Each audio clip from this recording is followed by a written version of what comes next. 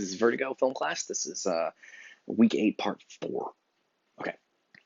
Um, so the kiss, the big kiss between Kim Novak and Jimmy Stewart is an amazing moment in the film. It's a big, sweeping, classic Hollywood style where they're struggling with their emotions, and the crashing waves are like a metaphor for their struggling emotions, and it's great. It's a great kiss. But the crucial thing about the kiss that really is interesting to me, and what ties into Rear Window, what ties into Blue Velvet, is that voyeurism has led to love, right? The whole point of I mentioned that the whole point of a private detective,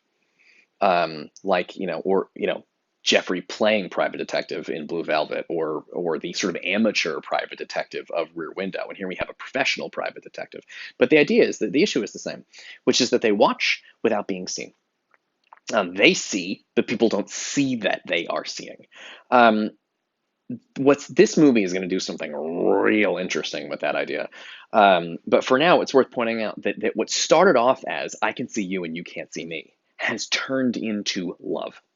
You see something sort of similar happen with Jeffrey when he's spying on Dorothy. Um, so he Anyway, we'll get back to talk. We'll get back to talking about that later because the movie makes it way more complicated. And it's worth pointing out, by the way, that her, like when she talks about the dream that's leading her to death, that she's walking down a corridor filled with broken mirrors, and this idea of being reflected, being seen, doubles and copies, and this is gonna become a bigger deal as we head into the movie. All right, we're already doing pretty. Usually with movies, I have more to say about the first half. This is a movie where I have a lot more to say about the second half. Cool. All right, let's talk about Midge for a second versus Kim Novak. Kim Novak is stunningly beautiful. Obviously, Kim Novak is beautiful. She's one of the most beautiful women in Hollywood. It's a sort of famous. It's a famous thing. It's so famous that so Hitchcock also. I mentioned fetishes at the beginning of the movie, that people get obsessed with a certain look. Hitchcock was a bit like this. Kim Novak's look, the ice cold blonde with the sort of very tight hair and the gray pantsuit. You will see again in a lot of Hitchcock movies. He does it in Marnie. He does it in The Birds. It's a type.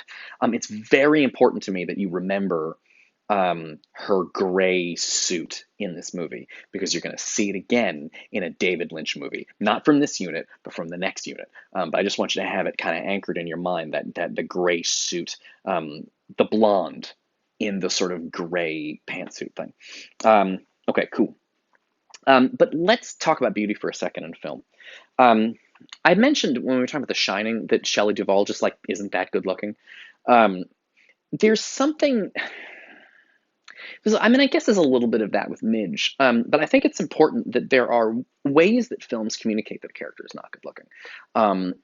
Midge is a perfectly cute person. I think Midge is adorable. But one of the reasons why Midge doesn't seem as good looking as Kim Novak. I mean, she's probably not as good looking as Kim Novak, but one of the crucial things is what the costume designer is doing to Midge. Poor sweet Midge. Midge's colors are very bad. When we see Midge, and this is of course after Jimmy Stewart, after the big kiss with Jimmy Stewart, we see Midge.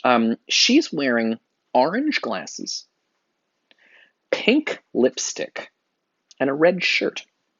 Now, some of the women will immediately know what I'm talking about. Some of the men may also know what I'm talking about. But it's not a good look. These are not good colors to go together. You don't put orange and pink and red together. It just doesn't. It just looks terrible. They're too close. It's not a well coordinated color scheme. So it's worth pointing out that it's not just that Midge is like simply less attractive than Kim Novak, but that Kim Novak is like dressed up in these gorgeous outfits. The jewel tone green dress and the gray pantsuit, and the poor Midge. And again, it's not, you might be like, Midge has bad taste in clothing, but the costume designer has put Midge in bad colors to communicate how Jimmy Stewart is not into her. right? It's not just that Midge the character dresses badly. It's that we need the audience to understand Jimmy Stewart's not into her, and so they dress her in a not as good. And she's kind of clunky and sort of silly, and we'll talk a little more about that. Oh, actually, no, we're here. This is exactly what I want to talk about next. Sorry, I keep looking. I have my notes down there, and I keep looking at them. Midge does something in Vertigo in this scene where he visits her in the terrible outfit. That's very it's a little bit like what Grace Kelly does to Jimmy Stewart in Rear Window, and it's a really interesting moment. Jimmy Stewart and Grace Kelly in Rear Window did not have a successful sexual relationship in the beginning of that movie. They were constantly on the verge of breaking up, and he couldn't have sex, and their whole relationship was messed up. But then he got interested in what was going on out of his window, and she was competing with that. Like, stop paying attention to that and start paying attention to me. And it didn't work. He just ignored her and kept looking out the window. Just like a lot of men play video games and ignore their partners. But Grace Kelly figured out the way to sort of connect with Jimmy Stewart wasn't to compete with the fantasy, but to join him in the fantasy. And that's why she ends up becoming as equally interested in what's going on across the street. And then suddenly they're a couple again. They're working together to solve the mystery of the murder in the apartment across the way. And right, and that's where you saw that. That's Rear Window. Midge has a chance to do something like that here, right? She could, and it wouldn't work because Jimmy Stewart's already in love with Kim Novak, but you can see the concept of it, that you could join him in he's clearly gone into some world of, because like the character in Rear Window who became invested with this murder across the street, Jimmy Stewart has become invested with this potential ghost story about Carlotta and reincarnated in Kim Novak's, grandmother was the woman who killed herself, and now, 2 generations later, Kim Novak is haunted by the spirit of her great-great-grandmother who committed suicide, and a powerful man just like Gavin. Blah, blah, blah. So she could get into this. Midge could try to join Jimmy Stewart. She does something very, very stupid here. And she knows how stupid it is. She takes the fantasy that he's become so invested in, and instead of joining him and saying, hey, I think you're right, maybe there is a murder across the street, and let's investigate together, she makes fun of him. She does a painting of Carlotta, but she puts her own modern face with glasses on the body of the painting in the museum. And Jimmy Stewart hates it. He doesn't get angry, but he's so repulsed and disappointed. And I think it's really important he has revealed something intimate, right? People's fantasy lives are this very intimate part of themselves, and he's revealed something sort of very intimate about he's interested in this kind of ghost story. He's taking it really seriously. He's researching with the guy in the bookstore, and Midge took him there. Remember, Midge took him to the guy in the bookstore so he could research this shit. They were working together at that point. But now Midge has made fun of him by being like, "Oh, you're obsessed with this woman who looks like a woman in the painting. What if that woman were me? Ha ha! I look ridiculous in this dress." And she's making fun of him. It's like if you reveal some very specific sexual kink to someone you love and they laugh.